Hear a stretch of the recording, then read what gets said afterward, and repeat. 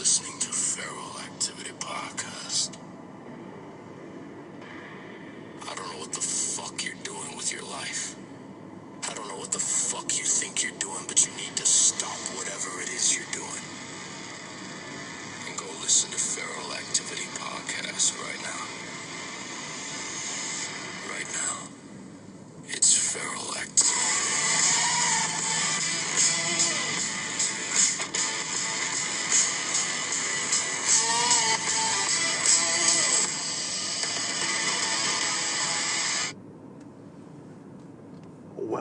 Welcome everybody to the newest episode of Feral Activity Podcast. We will be bringing in one of my personal people, which is Rhea. You guys are going to have a chance to sit down and talk with her, ask some questions. We got lots of amazing guests that are going to be coming in. Most of all, always remember things are not as they seem. So guys, just bear with us as we are getting our guest invited in right now. Sit back and enjoy the show.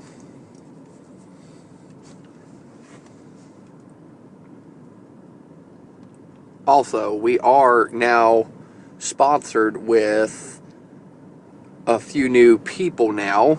I'll have my wife tell you about that as soon as she gets in. We got definitely some interesting things to share.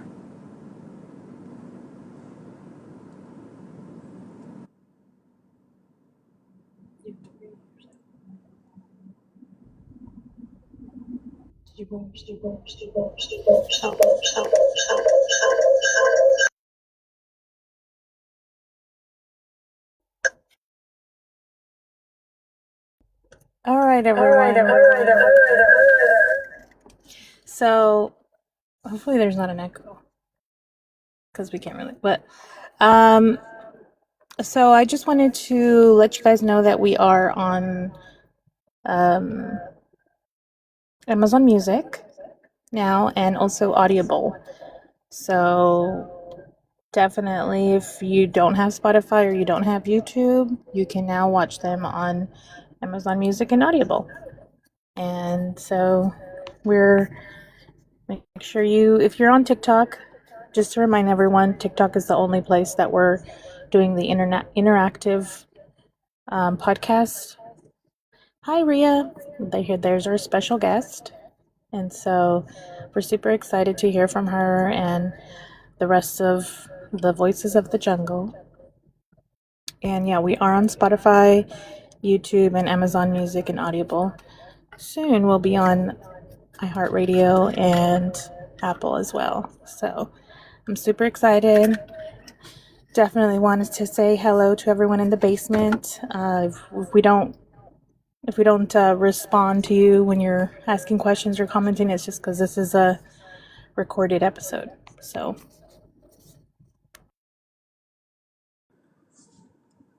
All right, ladies and gentlemen, we now do have the main guest of the evening in the basement with us.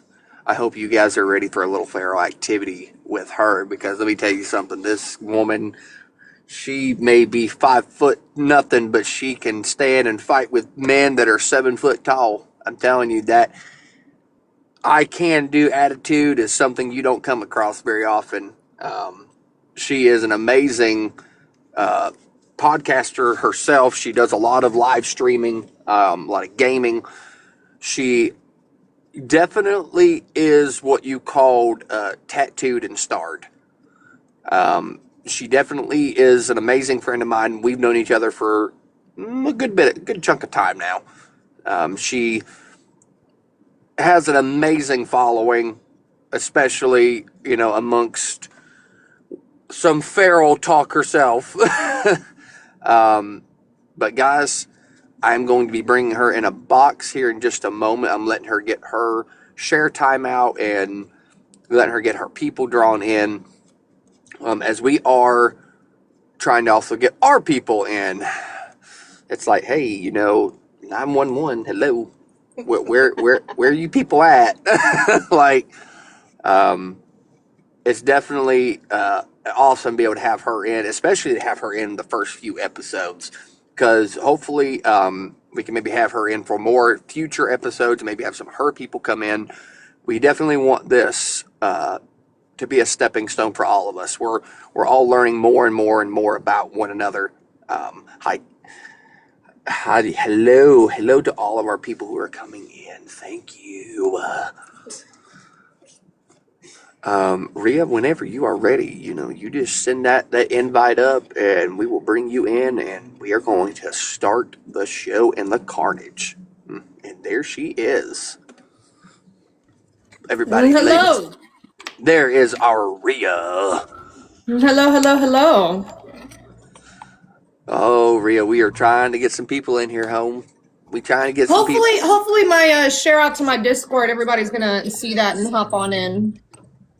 Oh, that's right. You do have a big Discord following, don't you? Nah, it's just about like 75 people. It's not that big.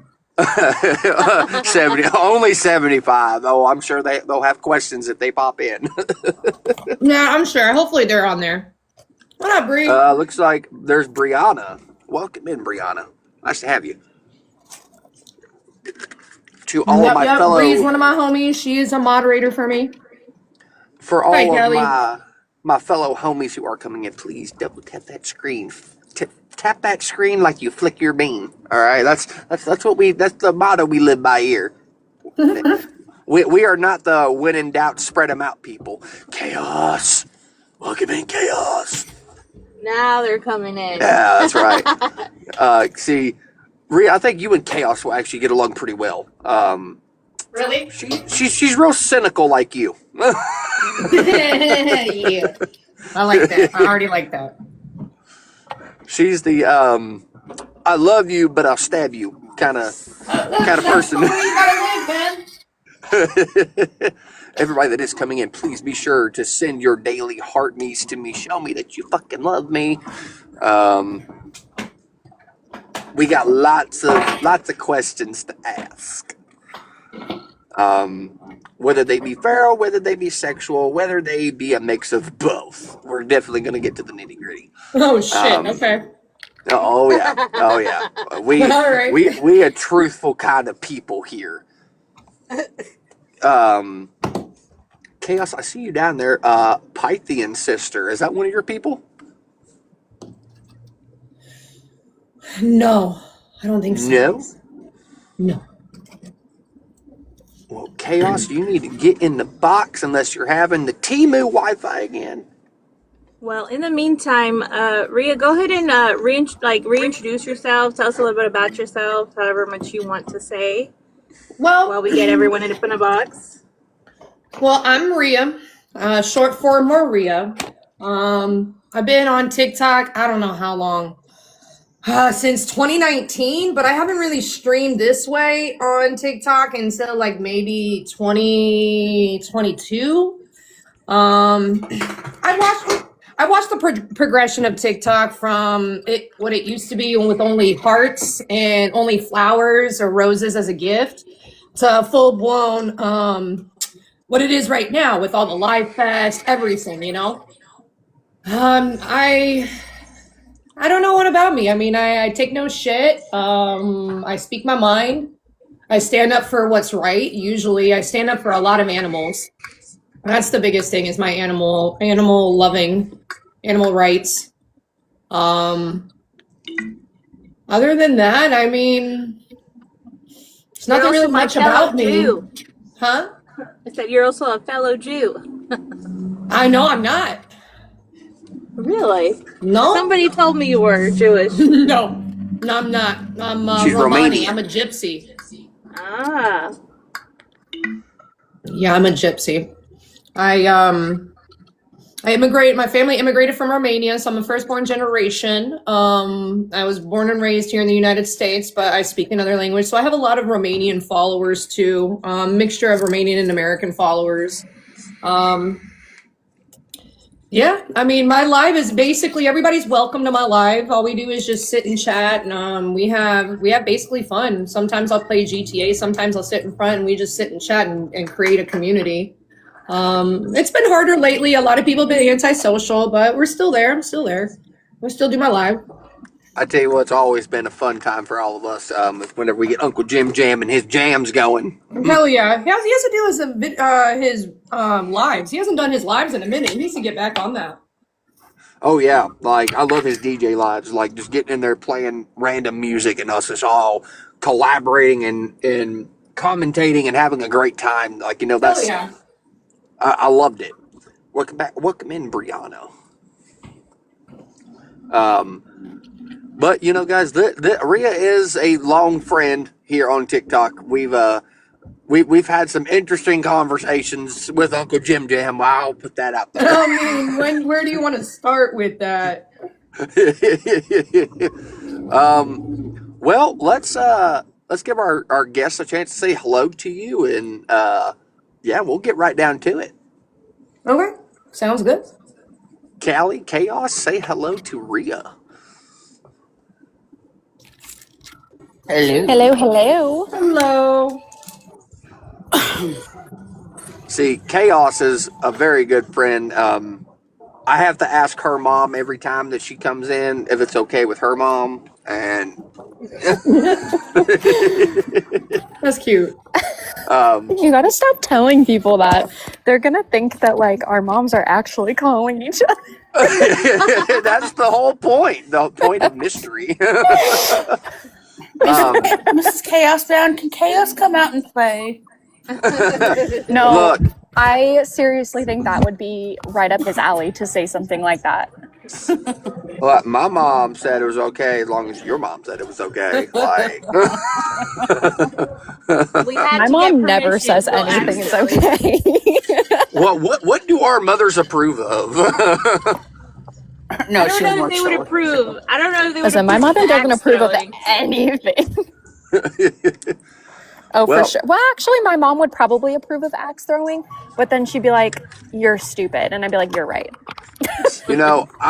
I'm just going to go ahead. I'm going to start this off, and I'm going to hit hot and heavy, and then I'm going to get back on the road, and I will be peeking in a lot periodically with all this because Rhea is one of my peeps, so I definitely have to be involved.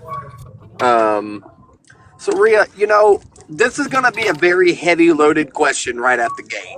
I'm going to make you think, and it's going to shell shock you. So just user beware, user warning. Okay, go ahead. What is the most absolute, and I cannot stress that word, absolute craziest sexual experience you've ever had?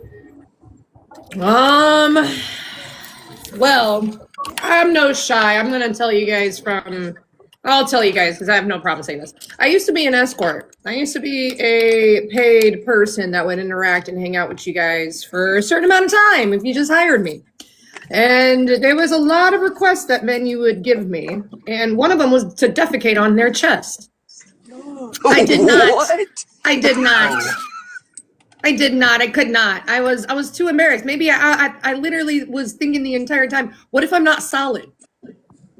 What if I'm like just diarrhea all over his stomach? And I could not do that. So I restrained from doing it. I still got paid though. But Wow. yeah, I mean That's a new one. there's a foot one. There's a guy that literally wanted to dress up and bedazzle my toes, like with those sticky beads that you have on like you do on a piece of paper. He wanted to like bedazzle and glitterize my feet. And that was not like sexual, but I mean it was still in that same aspect. But another one, he was married. His wife allowed him to play. He wanted to wear a diaper. You guys are quiet. I'm sorry. You said that he wanted to wear a diaper? He wanted himself to wear one and have me treat him like I'm his mother and he's a newborn child. That's a little too Norman Bates-ish for me. That's a little out there. Yeah. I'm keeping really myself on mute. I'm really thankful I got the weirdos and some of the crazies, Feed me. Yeah. Like, I don't know what to make of that because like I've never ran into someone who who, you know, had that happen to them. So, like, He had a full-blown adult diaper and everything, but like dressed as a child diaper. Oh, everybody's got their niche. Oh dear. no, Monarch, sure. we I mean, listen and we that don't judge. definitely is different for sure. Yep. Now, you don't have to answer if you don't want to, but I do want to ask. You know, you said you did escort services. Like, were there, you know, points in times like where you just felt so completely unsafe, like it was so dangerous what was going on? No. The thing is that with me, when I first spoke to them, I would vet them out and we would have conversations and I would get to know them, and it wouldn't be like immediate. They would message me, and then within that same day, no. It would be a conversation, you know, creating a bond, creating a friendship, and seeing how they are from like basically 5 to 7 days before we would meet up. That's how I usually, it wasn't like set up that way, but that's how basically it started. My business started, because I didn't have any customers that say, oh, I want to meet the same day. It was always like, oh, I'm planning for a week ahead.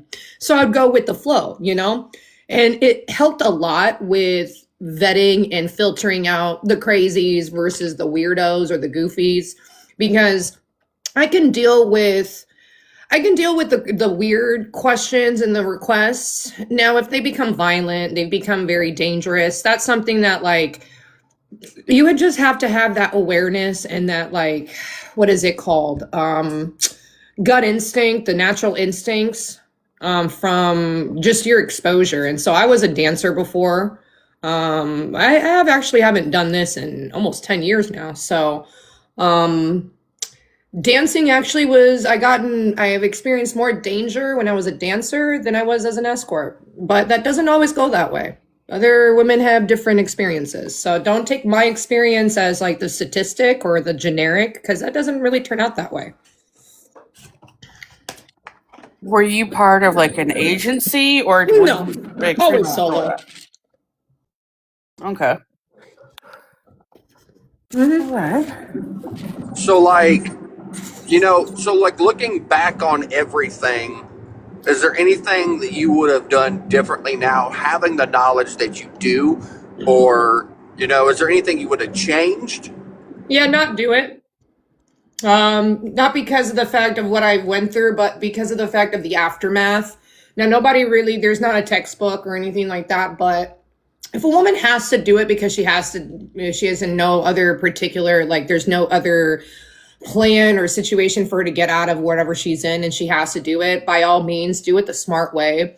Vet them, you know, go through all of these like background checks, use the specific background checks that you trust. Have conversations with them and make sure you know your own surroundings and keep yourself protected. But if I could have done anything differently, I just wouldn't have done it, period. Because now the aftermath of like the mental, and it's nothing negative, it's bizarre. Normal people don't really experience what I experience. So now for me, it's kind of hard for me to connect with other people because they can't connect with me. The the topic I just told you guys, it was all silent because you guys don't know how to process when somebody says these things. And it's sometimes you just don't really talk about it. And there's certain parts of your life that you just don't bring up anymore. And there's periods of your life where you're just like, okay, I won't talk about that, but there's other things, you know? Sometimes you have to like think about other things to talk about with people to get to know them without them getting to know about that kind of side of yours or your history. So in order to go back into normal life, it's a lot harder for yourself as well as for like other people to socialize with you. For me now, I just don't really socialize. I don't go out anymore. I don't go out to the bars. There's no point. I mean, I've done so much small talk and water cooler talk with these people. Hey, where are you from? How's it going? And even as a dancer, that those type of conversations, they're for me, just exhausting.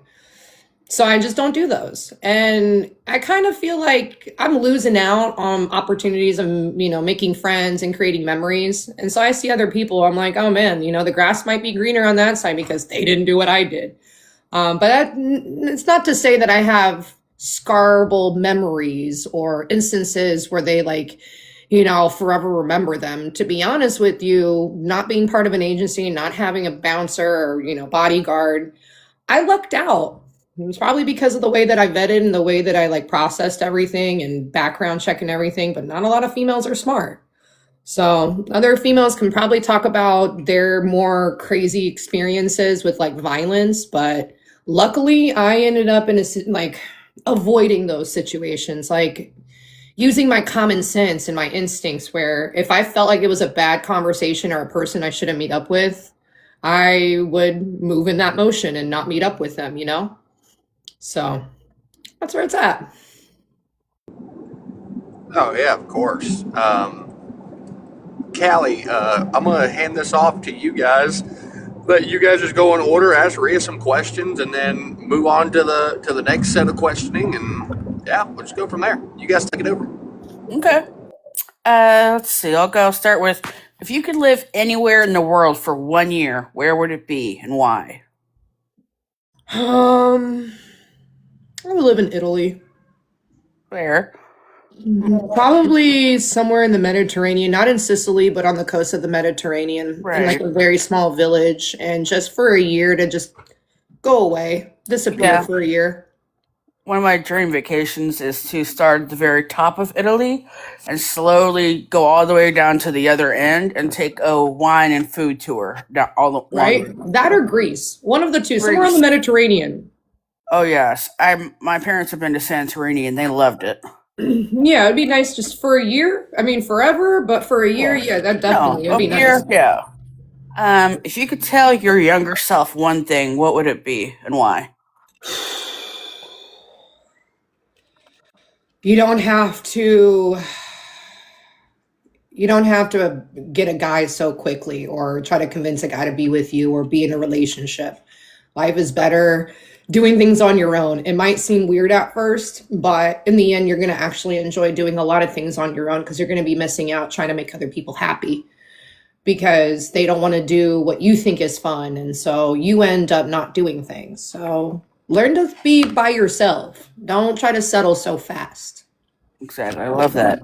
What is on your bucket list? And have you checked any of them off? One of them is to skydive. Same. No Mount Everest, because I don't understand why people fucking do that. Mount Everest is never on my bucket list. No. Probably go visit. I already been to Romania, but I want to go back to Romania and visit apparently there's a cemetery that is only my father's last name. Oh, there's a whole cemetery, just everybody's the last name of my father or my last name. And I heard that was a rumor, and I want to go see if it's true. So I want to go and spend kind of I don't know what to call it, but I've seen movies about it where people go and do this whole life mission to go and uncover something that only matters to them. And I feel like this might matter to me and uncover some things about my family that I don't know about because I don't know shit about my family. So, and then, that's about it, honestly. Yeah.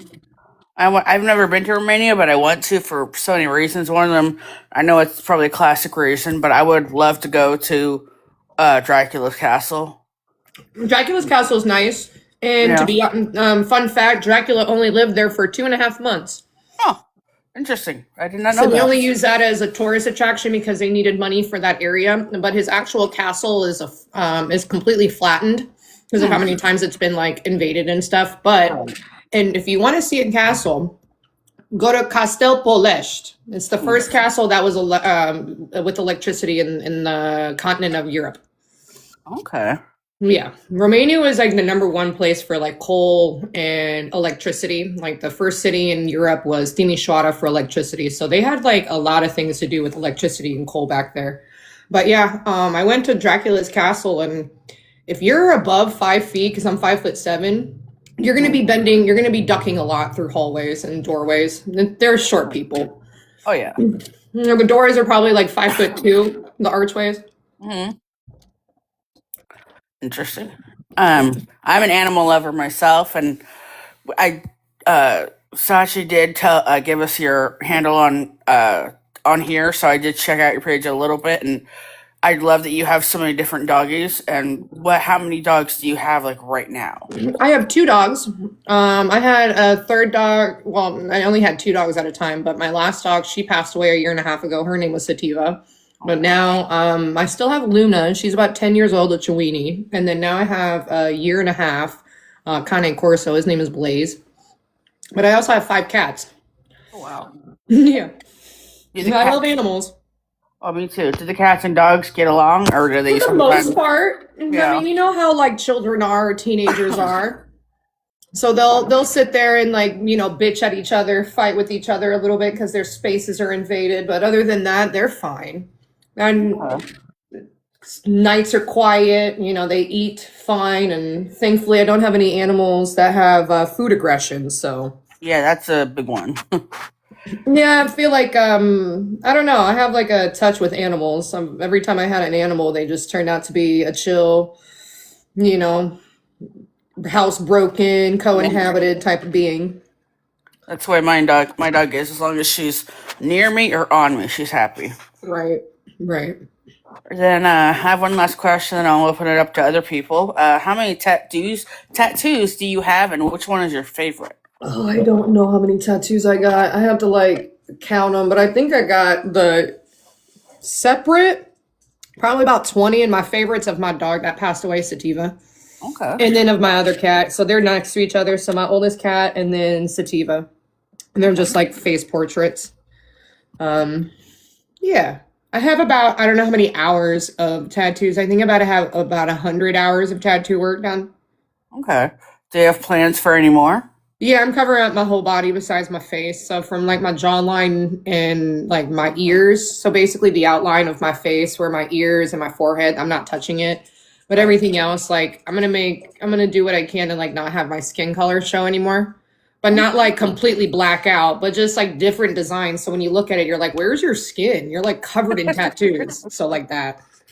Okay. I like that. My husband's a tattoo artist, so he tattoos me. Oh, there you go. You get free tattoos then, eh?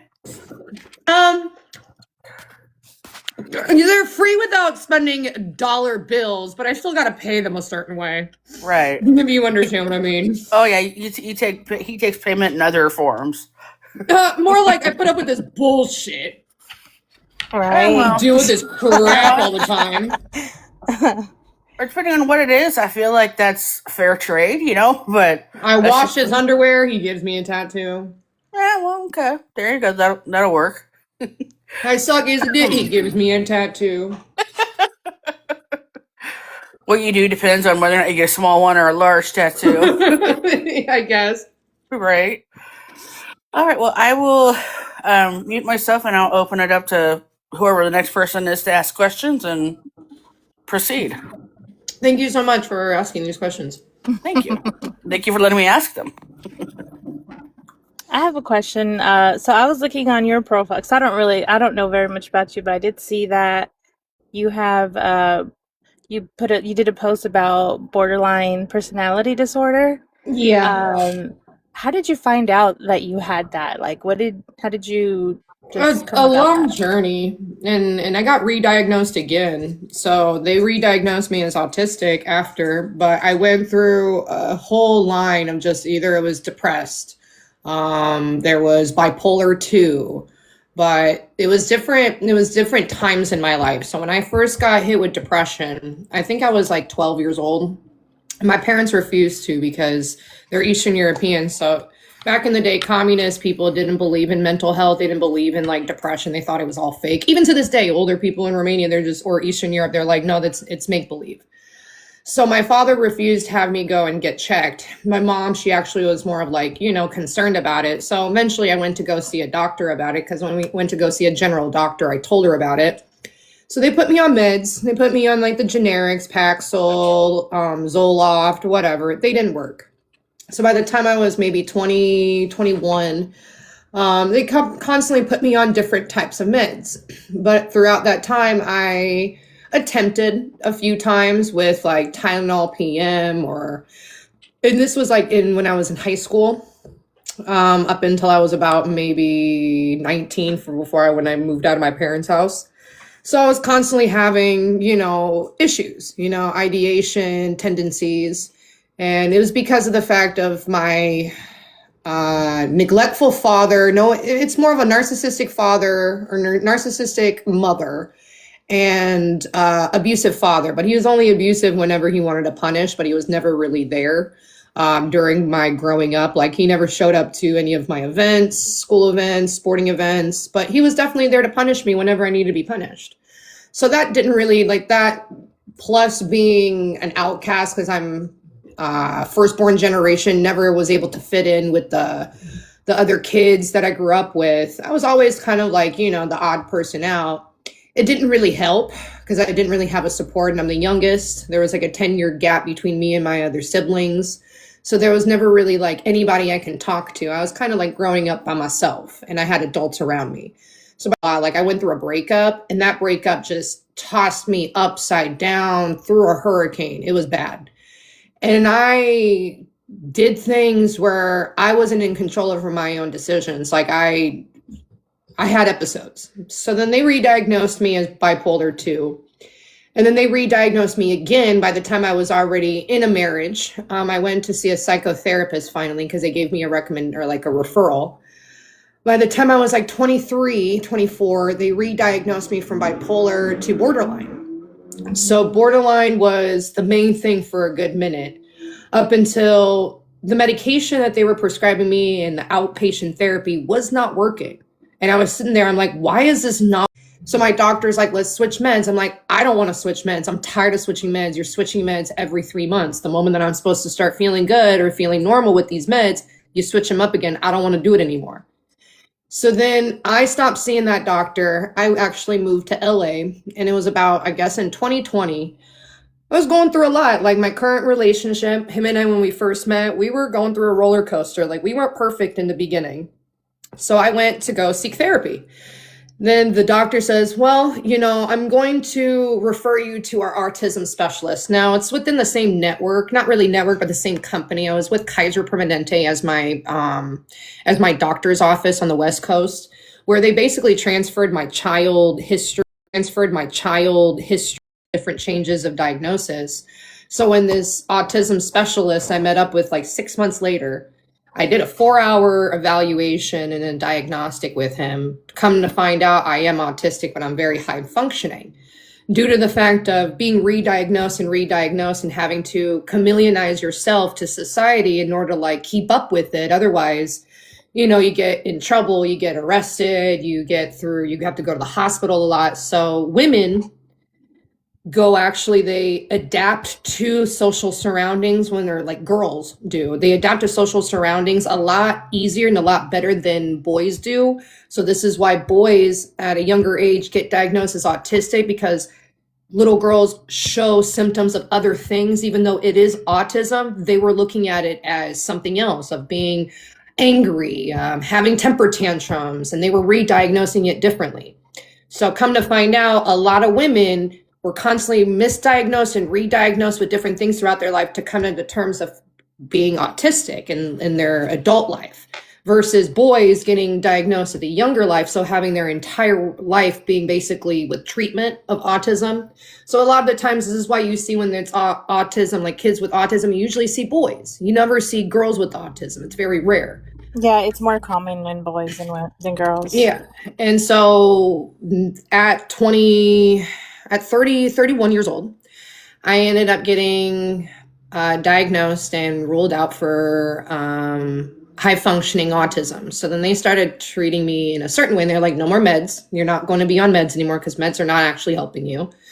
I go through treatment. So now I have to go through these little behavior treatments. And now that I'm back in LA from Vegas, because they didn't have Kaiser, I can go back with my specialist and actually revisit these behavioral practices or behavioral lessons or classes that I can actually start functioning normal. Because even though I do talk with, like, I can have conversations, My thought process is 6 times faster than a lot of other people. So by the time that people are done talking, I'm already finished, like, and I've been waiting for you to finish. So when somebody else is talking, I know exactly how they're going to end the conversation. So I'm already sped up to the end of the conversation. That's where how my autism works. I work at a very, very high functioning rate. So a lot of people, I believe in my eyes, they work a lot slower than I do.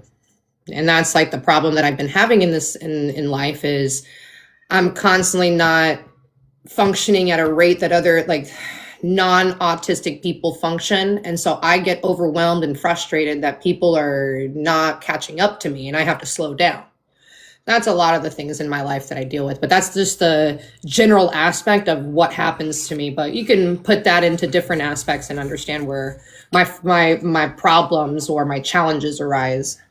Oh yeah, like my son, he has autism, and the way that I always explain it to him is like the tortoise and the hare, Right. and how, you know, like the hare is just jumping and jumping and jumping and going, and then the tortoise is like, you know, slowly getting there. And so that was like my biggest piece of advice whenever he had his first speaking engagement. I was like, okay, Kevin, his name is Kevin, you're like the hare. You're constantly like going, like you're faster than everyone else, but you have to pretend that you're the tortoise.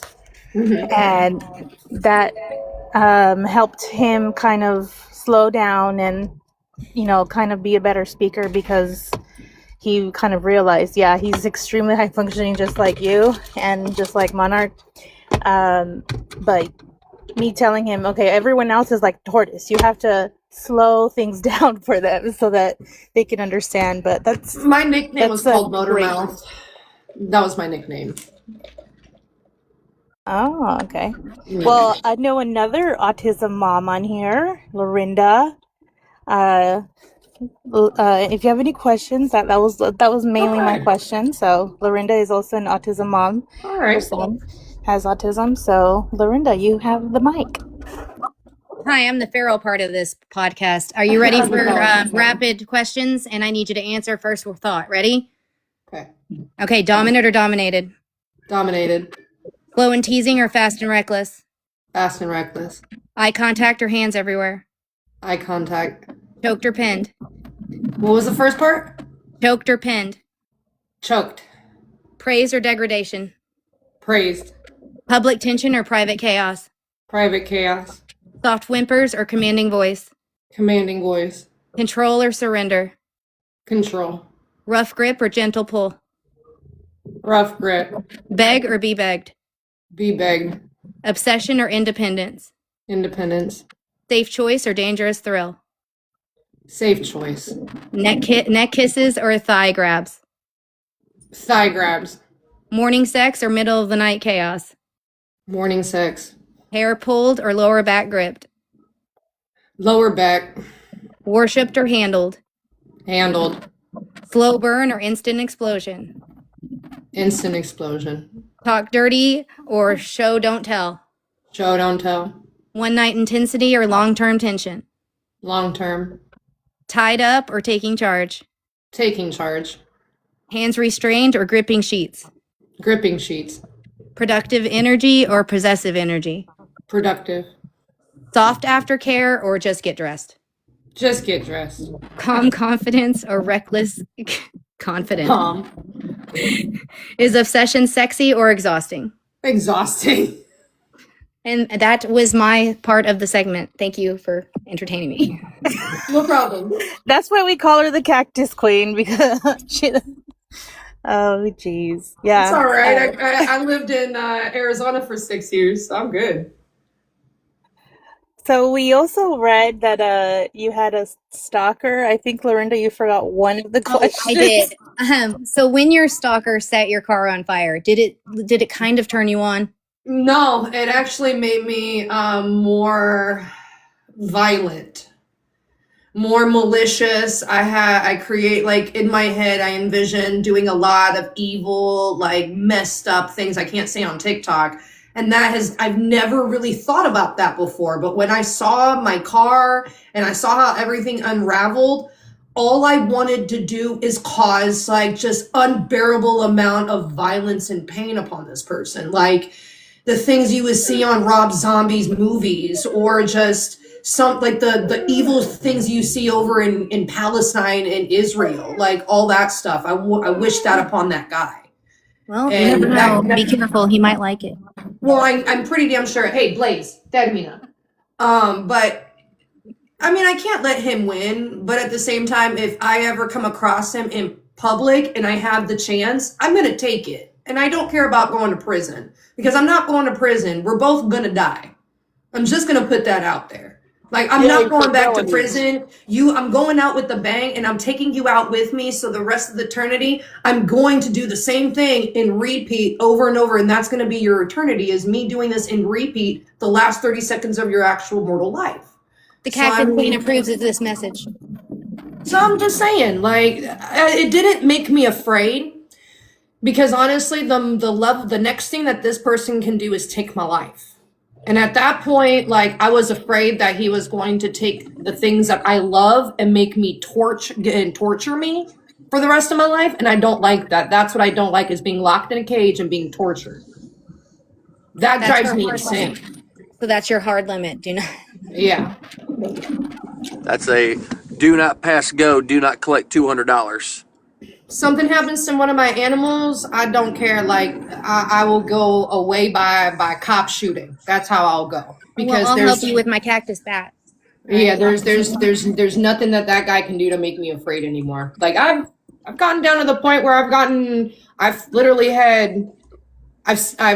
down on my knees, cried, bawled, like literally drowned the floor in my tears. And that's as low as I can go emotionally. There's no below I can go besides like anything physical. The next step to that is physical pain. So, well, it leads me to my next thing. Guys, I do want to introduce another one of our voices of the jungle. She has become a very awesome friend to us. She is a mom herself. She more or less, I think, prefers the dark romance novels more than anything. But feral she is nonetheless. Everybody, welcome in Lil Sinner. Lil Sinner, say hi to Rhea, ask some questions. Let's keep having a great time. Oh, nice to meet you. I was a little curious. You seem very knowledgeable about borderline personality disorder and all of the stuff that goes with it. Do you think there's a big correlation between people that have borderline personality disorder and abuse? Like, causing abuse to another person?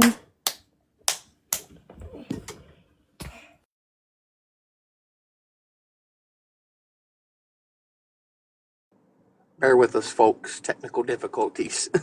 Tea time, of course. Oh, my bad. I'm on 20%. I gotta charge my phone. So basically, it stems from like your first exposure to like how do you deal with life, like just small things like how do you go to the grocery store, or when you get out to your car. Like, even though you're not taught these things, you observe it and you pick up these traits from your first exposure. Like, from my parents, my first exposure of a couple and the dynamic is them yelling at each other. And so I grew up thinking this is normal, is to fight with my man.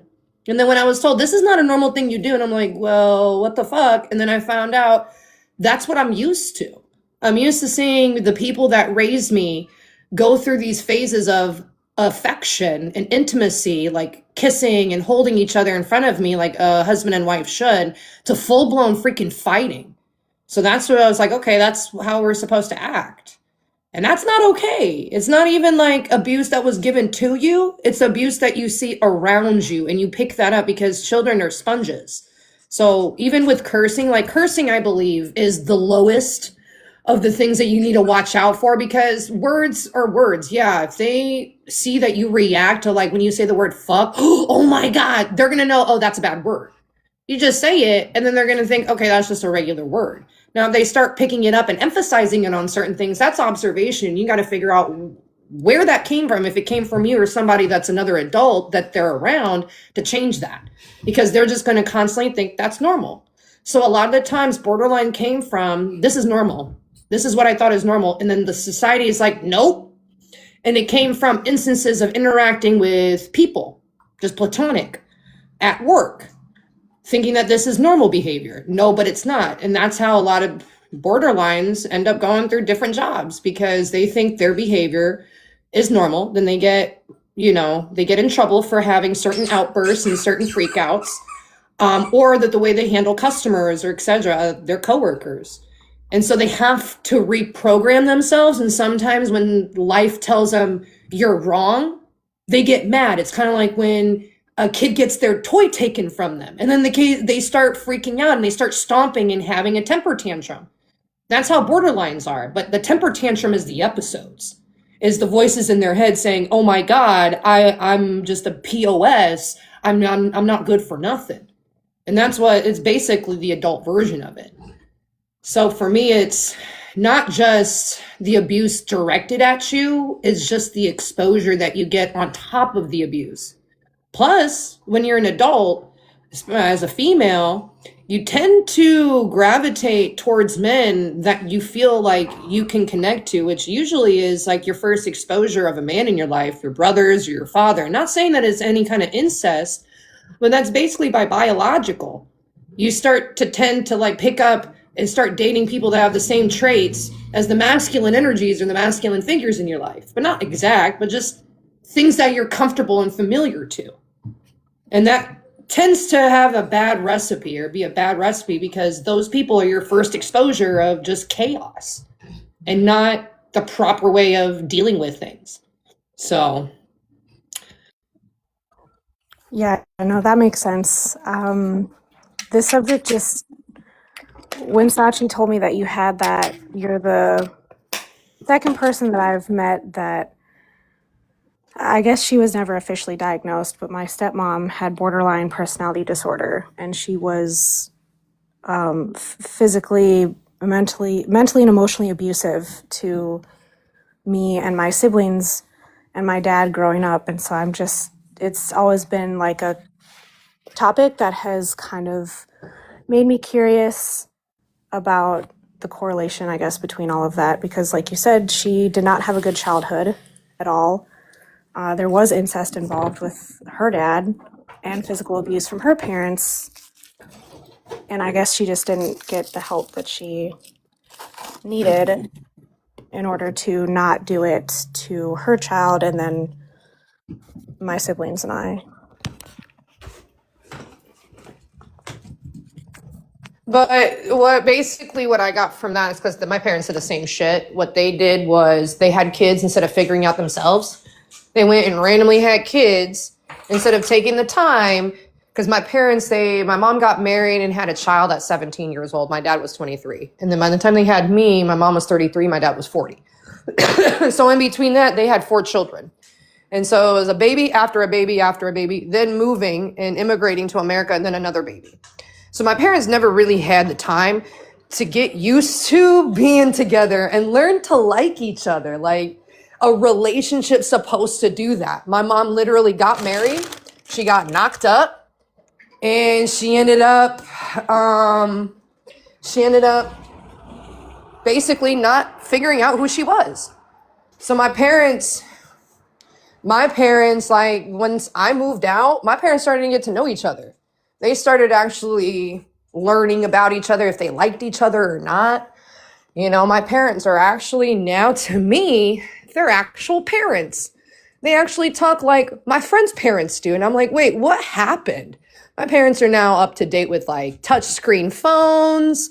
They're doing American things. And I was like, wait, when did this happen? Because you guys didn't do that in like the 20 years I've known you guys, in the first 20 years. Now all of a sudden you guys are doing this. It just makes sense, because now they have all the time in the world to hang out with each other instead of putting children first. They can finally put themselves first. And I wish they did that, but we wouldn't be existing. Me and my sisters wouldn't exist But at the same time, it's like, this is why for me, I haven't had children, because I haven't figured myself out. Even now at 37, I have not figured myself out.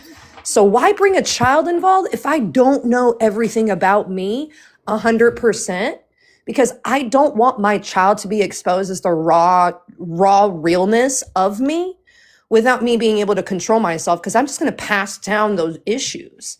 And it's going to be even worse. So it's going to be amplified because they're going to have their own problem. And if I don't know how to react to their issues, it's just cloning my problems and just stamping it on them.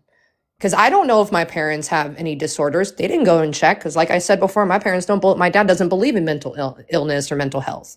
So of course he doesn't go and get diagnosed. Most likely they have mental illness. I probably got it from one of them or both of them. But borderline is not a disease. Borderline is the only like disorder that is based on environment. So anybody that doesn't have anything, if they get exposed in a really shitty environment and that's their normalcy for their entire upbringing, they can develop borderline. It's not like schizophrenia where it's genetic. This right here is based on environment only. Then borderline can come in as certain tendencies, but that goes into the bipolarness, and bipolar is the hereditary one. Borderline is the only disorder that is based on exposure. See, I can really adapt and relate to that. Like for me, I developed a lot of trauma, but it took on different forms because I had very big disciplinarian parents, which, don't get me wrong, I'm very happy that I was instilled with the competence and belief system that I have. I believe it's a very, old-fashioned kind of belief setup, but I've learned to be more adaptive with it. But, I can definitely relate to the part from the trauma side of it, because even though, like for me, I'm autistic. So depending on what the environmental situation is or what the actual physicality of the situation is will determine exactly how I react to it.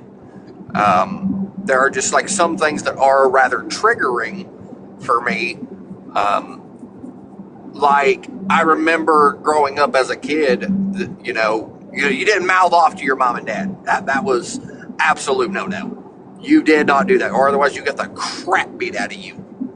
Well, like I had this moment the other day with our son where he got rather mouthy with me, and I don't know what happened. I snapped, and I've never really had that before, and that feeling was definitely very overwhelming.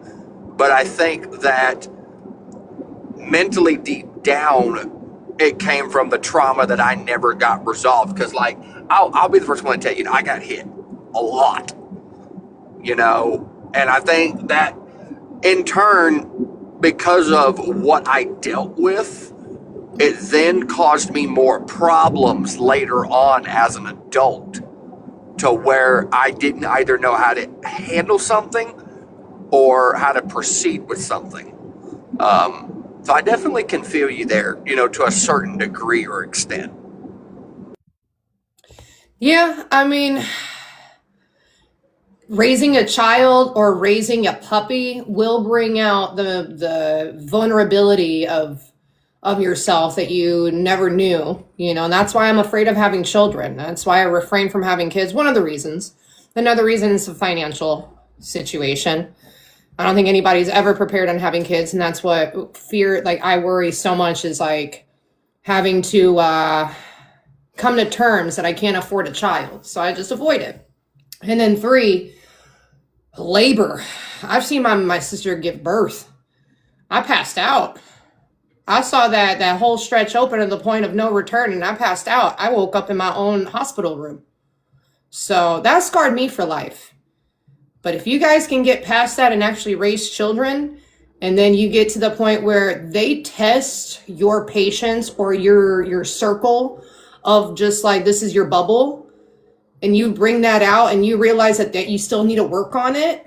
I mean, that's like That's the best thing, because at least like you know that you have problems and you can fix it. Other people that have that's in the past, like our parents, and I'm going to put my parents out, they took, whenever I tested and pushed their buttons, they took it out on me. And that's the whole punishment, is getting beat by them, is because I pushed their limit and they couldn't handle themselves as adults. So the repercussion was I got the belt, I got the hand, I got slapped in the face by my dad, I got grounded because I pushed their limit. They didn't know how to have a conversation with a child that's developing about things that you could be dealing with in life as an adult. Like there's certain things that I asked my parents, and my dad said, because I said so, you don't ask why. Come to find out, I had to find out the hard way as an adult. Oh, this is why my dad said so. He didn't want to fucking tell me. You know, this small, stupid shit like that. And it's like, why didn't you want to tell me? Because you wanted to have some ego thing to make yourself be better, to feel some kind of control? Why couldn't you educate me about certain things? Maybe I would learn that. But no, you wanted to be aggressive and say, because I said so. And then that obviously scarred me later on in life. Instead of just sitting down and be like, the reason why I said that is because this is going to be a situation in life where you're going to have to face, and this is the decision that you're going to have to make, or something of that nature as a parent to a child. And so to me, it's like, if I had children, I would raise them the way that I wish I was raised. Not the way I was raised, but the way I wish I was raised. Because I most likely would not have become a borderline or have some mental illness because my parents wanted to have an ego trip that they couldn't get over before having me. You know? Yeah, 100%. You know, I actually am a bit curious about something. I want to know more about this crazy stalker of yours. It's a very curious subject. What would you like to know? I was start from beginning to now. Like I love hearing about people's haters and stalkers, and then I compare them to like my own. Just to This see, guy apparently has followed me. me. This guy has apparently followed me since 2022. He admitted to following me since I was hosting a live I was swimming in my apartment pool. So I had my phone propped up so you saw me in a bikini. This guy admitted, because he admitted back in October when I was hosting a live and he accidentally requested in my box. I don't know how that happened, but he did. And I knew it was him because the way he identified himself, like I only knew obviously who it was. And everything made sense because for the longest time, and this was in 2025 when he came into the box, just last October, but for like years, I have been telling this story about how my car got set on fire. And at that time, me and my current man, my husband, we were fighting. Yes, we didn't have a great beginning of our relationship. He was with another woman. He wanted 2 women. And he was deceiving me a lot. And so all I wanted to do was get away from him. And he didn't want that. He kept on pursuing me, even though he had another woman. It was a very, very fucking bizarre situation. So I thought to myself, long story short, my car got set on fire because the woman that he was fucking with got pissed off at me because I was still in the picture and hired Cartel, because she was living in Mexico at the time. I was in Phoenix. Hired Cartel to drive up from Nogales, I think that's what it was. That's on the border of Arizona and Tucson. And it only takes 2 hours to drive up to Phoenix, do the business, and drive back before the sun rises. So I thought that's what happened because I got a message or a text later that day with like a whole thing saying that I was sleeping with somebody's husband, which I wasn't because I wasn't escorting at the time. And I know that for a fact. But this message was claiming that I was sleeping with their husband, and this is repayment. And they admitted that they knew that my car got set on fire because they wanted to see how my car was, that if they matched a bag of flaming hot Cheetos. So they said a phrase, "This is my city, bitch. You can move to Vegas, you can move to Phoenix, you can move to LA, but this is my city." And I heard somebody else make that statement, and it was the person that my husband was messing with at the time. And I thought that was it. I already got verified that this was her and she hired somebody. And so I ended up getting granted a restraining order against my own husband. thinking that it was him the entire time. I didn't even think to my head that it was some random dude on TikTok that got my personal information. This guy waited until I advertised that I was single and having problems with Mario to do the crime and to commit the act, to make it look like it was Mario. Like, this guy was so fucking strategic. So for the longest time, up until October, mind you, up until October, when the guy did it again to my other car, he slashed the tires on my other car because he set my car on fire. I had to get another car. He slashed the tires, all 4 tires, in my new place this recent October. And how I found out was I was on another social media app on live after I ended my TikTok, and this username, Ron Burgundy, comes in and says, you really should go check on your car. And I was like, what the fuck, dude? Like, that's stupid. So I go out and entertain him by going to check on my car, let alone I find out that all 4 tires are slashed. And I'm like, fuck this, I'm moving out. Because he already set my car on fire and threatened to unalive me back in 2023. I pack up my shit and move to Vegas. About a year and a half later, he slashes my car tires. I don't want him to try to do anything again because he apparently found my information. Fast forwarding to the live he accidentally requested in, and come to find out, he apparently admitted that he had he has police, he has family in police, which, why would you admit? You're a liar because you don't have family in police. You wouldn't admit that one of your family members is breaking the law by giving you information by somebody. So I already know that he's bullshitting on that, but I don't know what this guy looks like. I don't know where he's from. He says he's from Ohio. He sent me a photo of himself. I couldn't even screenshot it in time because he deleted the account that was in the message. So by the time I was trying to screenshot, everything went gray. He's contacted and reached out to my husband and told him that he's going to unalive him and all this crazy thing. Come to find out, it's some older man, I think in his 60s, out of Ohio, that is apparently half Native American, because he accuses me of going to Ohio, which I've never been to, and stomping on an Indian burial ground. And he's trying to like blame me for a murder I don't know about some person I've never heard of. This guy is clinically insane. He's already admitted that he's been dismissed of a case because of he pled insanity and got granted that. So I'm dealing with basically the same level of, do you guys remember the case of the Ukrainian girl that got stabbed on the metro in North Carolina by an insane person? You guys remember that at all? Yeah. Oh, so yeah. it's exactly, I'm dealing with a headlines. person like that. I'm dealing with a person like that. That's exactly the best way I can describe this stalker is the same person that stabbed that Ukrainian chick on the public transportation. Because I don't know this person, never had a connection with him. He's creating all of these scenarios and has had this fantasy, this whole fucking script of me that I don't know where he gets it from. And I'm just sitting in awe, like, who is this person? Why is this person doing this to me? But he admitted that he found me being in a bikini out in my pool, and he wanted to come over and lay on next to me at the pool and drink a Corona.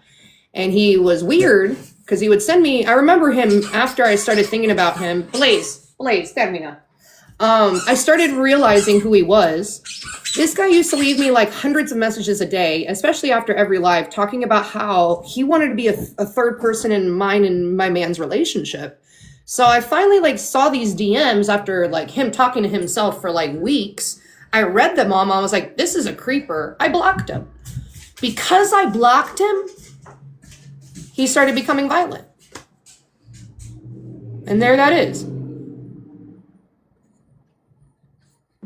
I've definitely heard some woozies, but chat and guess, I'm telling you, that's a doozy for sure. Yeah. I don't know That's him, called don't know his commitment. family, don't know anything about him. I still don't know his full name. I don't know his legal name. I can't charge him. I have to constantly wait for him to slip up or do something so I can collect more evidence so I can figure who this person is out, because he's done for the last 5 years, he's been very good at keeping his identities hidden. And so he's been watching me. He knows, he's admitted to finding my last address when he slashed my tires by my voting registration. He found my info because I voted, bro. I can't vote anymore. I can't vote anymore, bro. I can't vote for the president anymore. I can't support Donald Trump anymore because that puts me in a risk, bro. Like, and that's what sucks is that, like, I can't be a person like everybody else because I have somebody that's out there wanting to cause harm on me. And I thought to myself I was safe moving away from Phoenix where he did that because, okay, relocated, he can't find me. Found me so, like, it was so effortless. And so it's like, I can't be out. I can't put myself out there anymore. Like, I have to watch my shoulder every time or watch my back. Like, legitimately, I have to watch my back, even here, because he knows where my man's tattoo shop is at.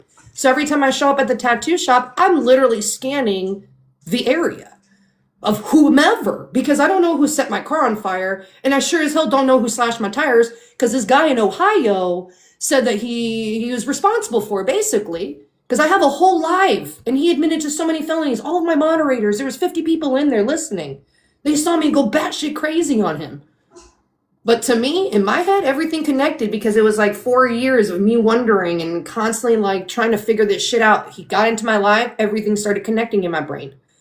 Like, you know, you watch those movies of people going psycho, and then in the end, they're not psycho, but they had like, there was a whole plan in their brain and it just didn't connect. That's me.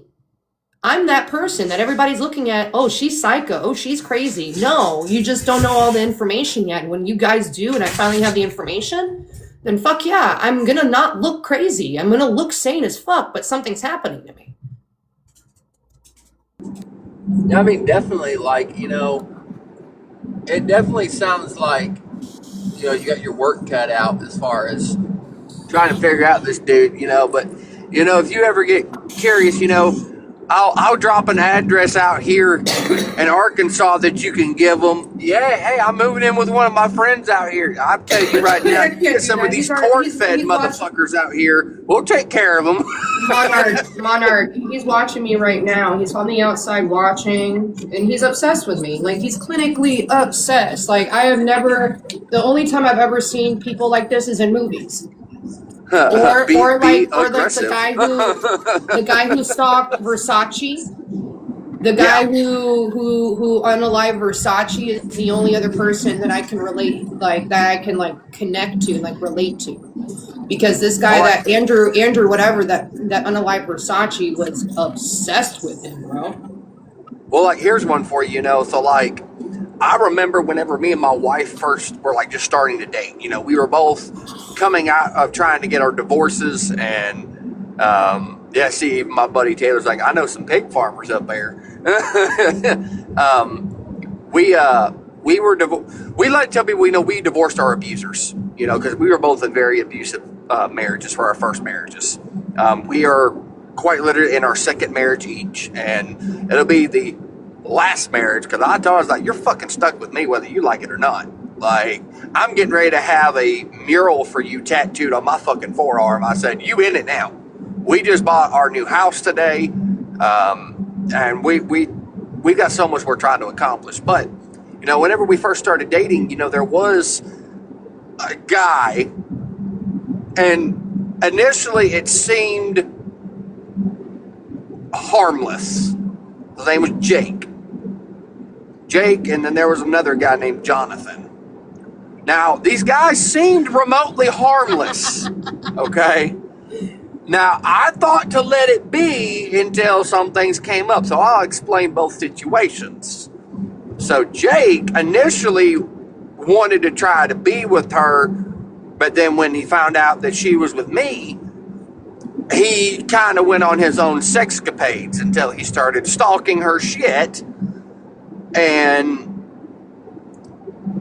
you know what? I believe that karma is a bitch. And I'm going to tell you why.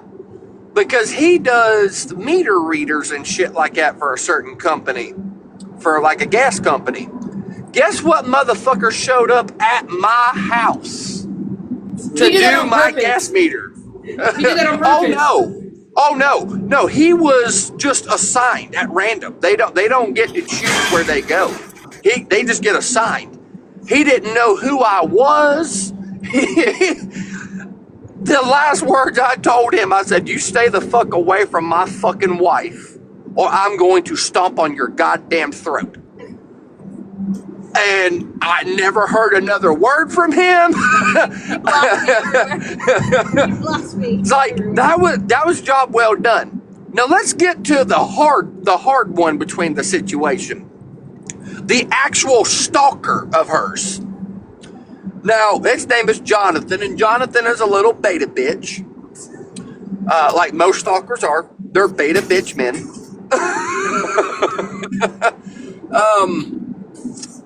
So we had a slight split whenever we were dating. We were just trying to get shit figured out. There was a lot of stress and bullshit coming from both sides of our families. I mean, looking back on it, I was a fucking idiot. She'll admit that, you know, I was a fucking idiot. She ain't gonna admit no wrong in that. But during that split, she had went on, I believe, one date with the guy. We went on 3 dates. Well, nonetheless, I got live visibility. What the fuck? But nonetheless, it wasn't nothing serious. It was very platonic, according to what my wife said. And whenever we got back together, I mean, she told me everything. And, you know, that's what builds a good relationship. Whenever you can just openly just tell everybody, yeah, you know, this kind of happened.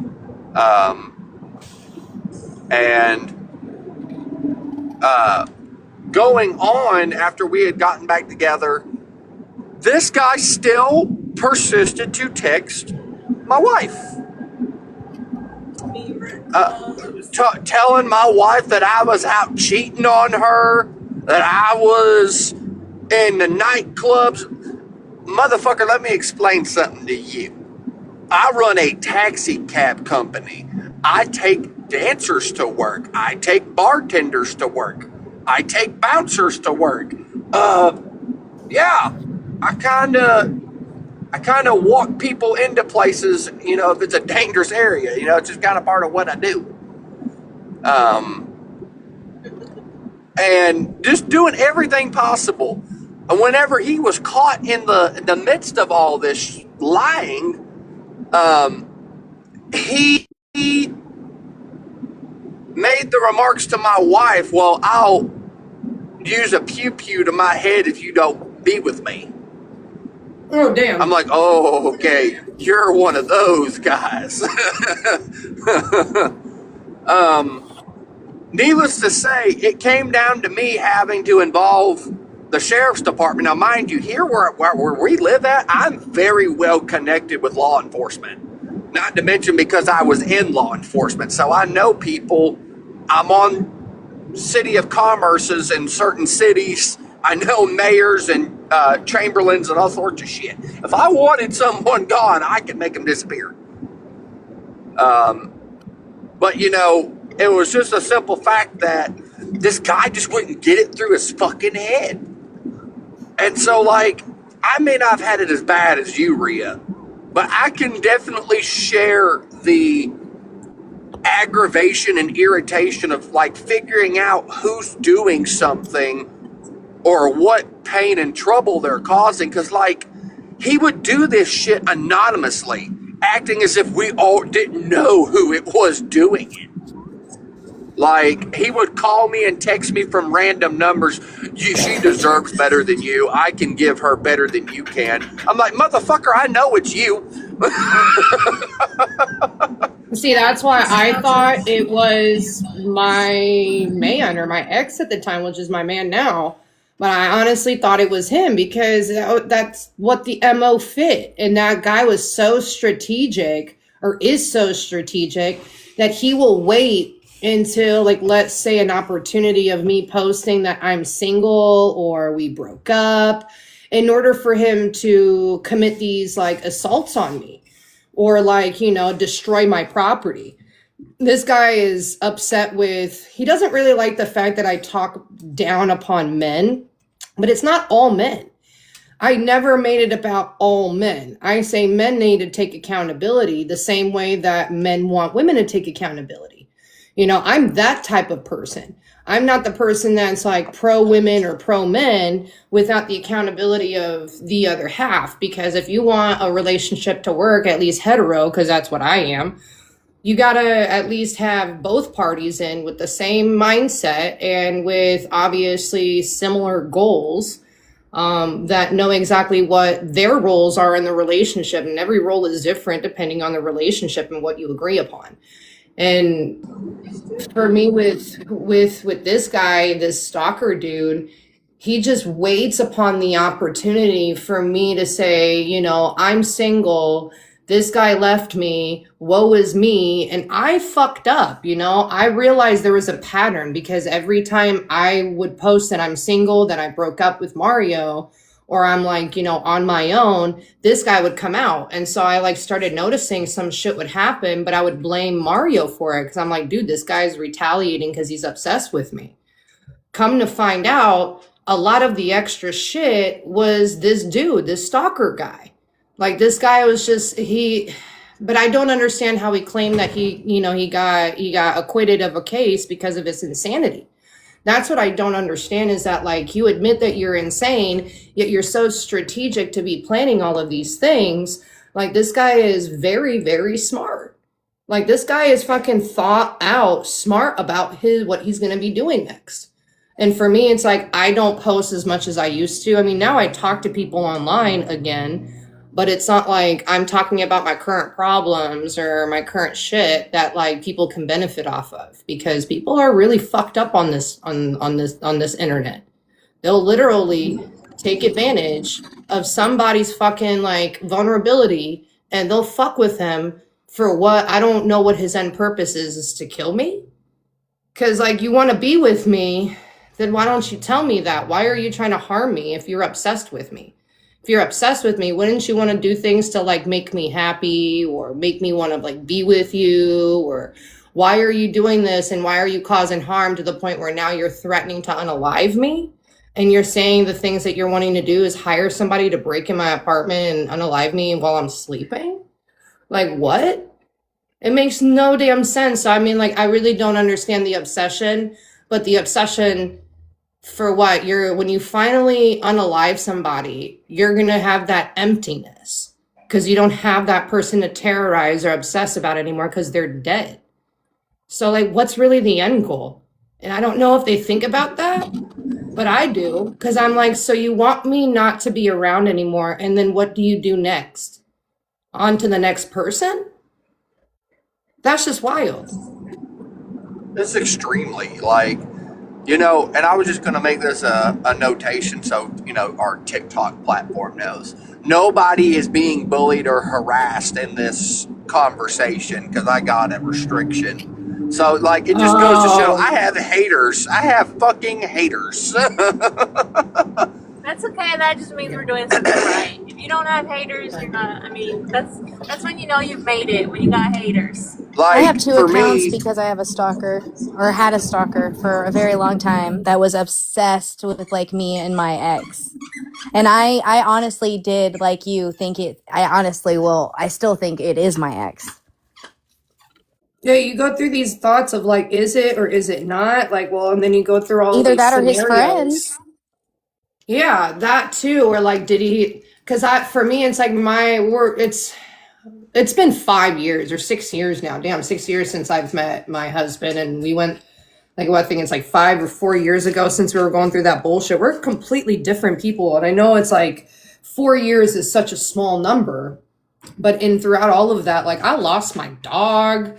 Like my soul dog passed away. Like I've moved so many places. There's a lot of things that happened since I've like went through that with him, and I'm not that person anymore. Like you stand me and a person from 2020, and we're not that same person. We're like two different fucking people. We might look kind of similar, but I look at old photos of 5 years ago of me and I'm like, I can't even recognize myself, you know? So, I mean, I don't consider myself the same person. What was that? Sorry, my cat he is loving my cat wheel, and every time he's on it, he just vocalizes so much. I have to get out to the kitchen. I believe my buddy Taylor has something to add to that. Yeah, he was saying that in the comments. It took 4 years for me to figure out who my stalker was. Damn. Taylor, why don't you enlighten some of this topic with everybody about your stalker? So my stalker it ended up being one of my ex's brothers. He didn't like the fact that I broke up with her. He used anonymous account. He ended up going through 54 different accounts just on TikTok alone. He also used fake numbers and a whole bunch of other things. But he would figure out, like, if I was going out to a bonfire, and then while I was out partying, he would slip to where I was living and leave notes and other things inside of my house just to say, hey, I know where you are. And after about 2 years, I was obviously really freaked out. I talked to cops and a whole bunch of other people. I even hired a private investigator to try. And the final straw was I had moved back in with my mom. And when I was out at work, because at the time I worked at Taco Bell and I did the night shift, so I wouldn't come home until about 3 a.m. And I came home one morning and found a note on my bed, which it was next door to my mom's place. And I lived with my mom and my 2 little sisters and my niece. And that's what pushed me over the edge. So I figured out a way, and it was kind of like just kind of a test, but he'd always found out that I was going out, whether due to my work schedule, or I would post on my Snapchat and saying, hey, there's a bonfire here, come out. Well, I texted all of my friends who usually show up, and I was like, hey, I'm going to be posting something tonight.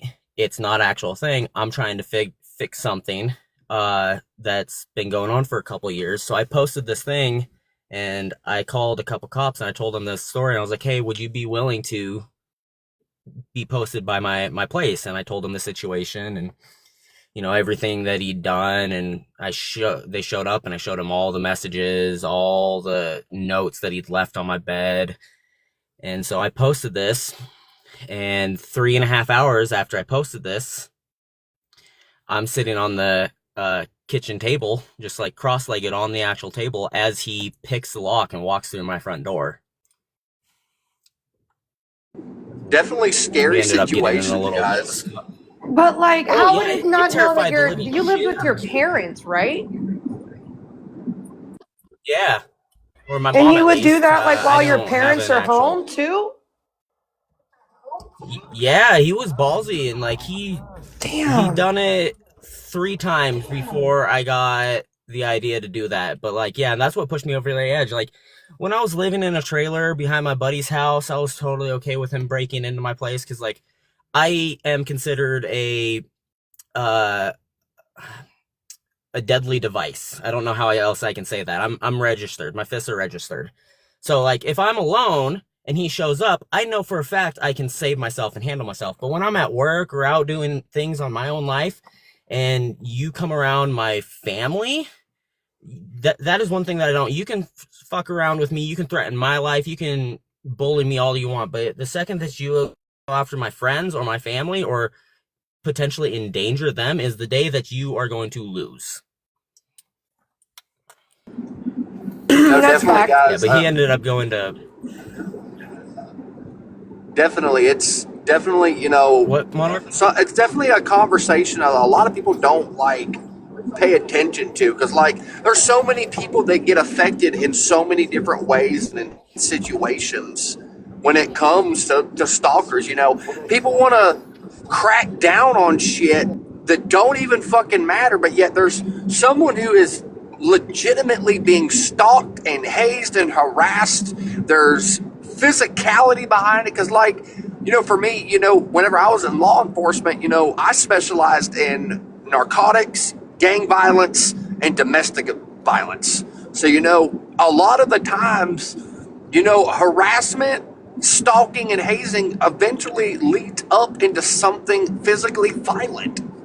It's definitely something that can be very well prevented if people would just take the fucking measures and help the people who are crying out for help. You know, hey man, I know someone's doing something. They set my fucking car on fire. They stabbed my fucking tires. Hello, what fucking more proof do you need? Like, I mean, for real, I mean, that's something fucking insane. And Taylor, I don't even know where to start with your shit. Yeah. That's creepy. Creepy shit. The fact that dude was so committed to make 50 plus fucking accounts just on one social platform alone is crazy. And like, dude, I have him admitting that he has like 3,000 iCloud emails, so he can do the same. Like, I don't understand the devotion. What baffles me about my situation and what I went through was, it wasn't even something, I mean, it was his sister, but me and her broke up, and we didn't even break up on bad terms. We went and sat down at a coffee shop, and we talked, and we're like, hey, you know, I do like you. You are a great person, but we're just not compatible. You know, and we had like a 35, 40-minute conversation and ended up splitting ways on very good terms. And a week later, I started getting these weird messages and whatnot, and just went from weird to concerning to what the actual in matter of weeks. Yeah, and at that point you're like, is it my ex? Is it like, because it's by timing for me, it was like, why is my ex doing this shit? You know, why is my ex causing harm to me? Is like, he wants me to run back to him because he thinks that I'm afraid. Because that's what I'm thinking, that certain guys who do that to women, that's what their end game is. Let me cause her problems, so then she calls me as like, you know, a knight in shining armor. And that doesn't work that way with me. I don't call a guy for help. Like, I'll deal with it myself because I want to enjoy it. You know? Why give a man or give somebody else the opportunity to enjoy something? Let me do it. It's more passionate. All right, guys, we are reaching a certain point. You know, I want to personally thank everybody who has come in here. You know, because to be able to talk about these things, sometimes it's not easy. Sometimes, you know, it can trigger things in your mind.